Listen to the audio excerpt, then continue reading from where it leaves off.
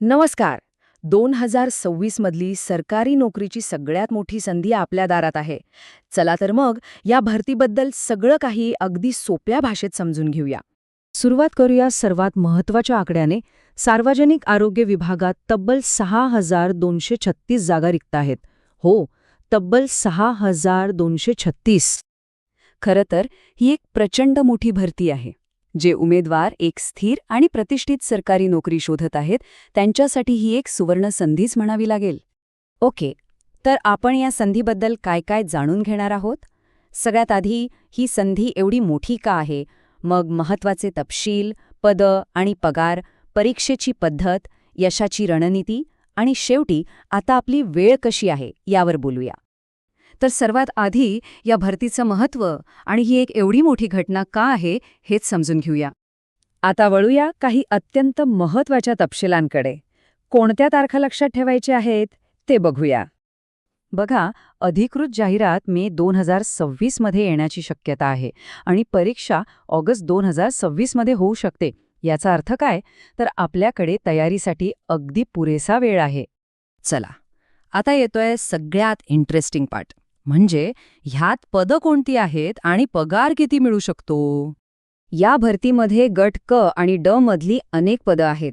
यात रासायनिक सहाय्यक, फार्मसी ऑफिसर, स्टाफ नर्स यांसारख्या अनेक ड्रीम पोस्ट्स आहेत, ज्या एक उत्तम करिअर देऊ शकतात. उदाहरणच घ्यायचं झालं तर रासायनिक सहाय्यक यांसारख्या पदांसाठी वेतन श्रेणी S13 नुसार बेसिक पे 35,400 पासून सुरू होऊन 1,24,400 रुपयांपर्यंत जातो. पण थांबा, ही तर फक्त बेसिक पे आहे. खरी गंमत तर पुढे आहे. या TADA सारखे भत्ते मिळून पहिल्याच महिन्याचा हातात येणारा पगार जवळपास 65,000पेक्षा जास्त असू शकतो. ओके, संधी चांगली आहे, पगारही छान आहे, पण त्यासाठी परीक्षा तर द्यावी लागेल, बरोबर? मग बघूया परीक्षेचं स्वरूप कसं असणार आहे. तर मग मनात पहिला प्रश्न येतो की ही परीक्षा नेमकी आहे तरी कशी? चला, त्याबद्दल सविस्तर जाणून घेऊया. बघा, ही एक ऑनलाईन परीक्षा आहे. 120 मिनिटं, 100 प्रश्न आणि 200 गुण. ह्यात 2 मुख्य भाग आहेत.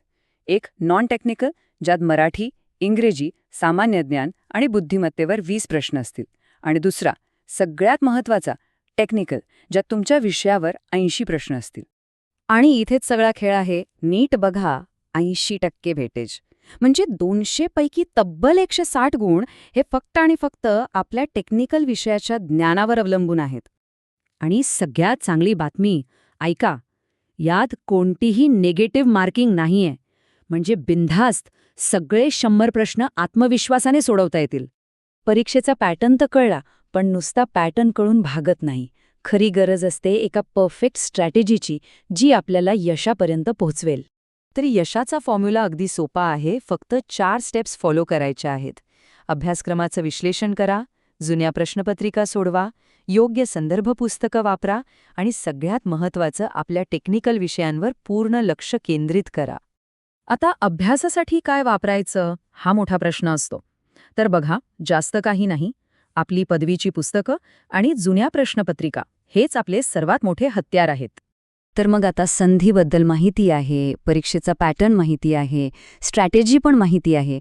आता फक्त एकच गोष्ट बाकी आहे, ती म्हणजे सुरुवात करणे.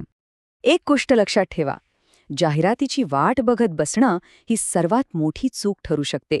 कारण स्पर्धा खरं तर आत्ताच सुरू झाली आहे.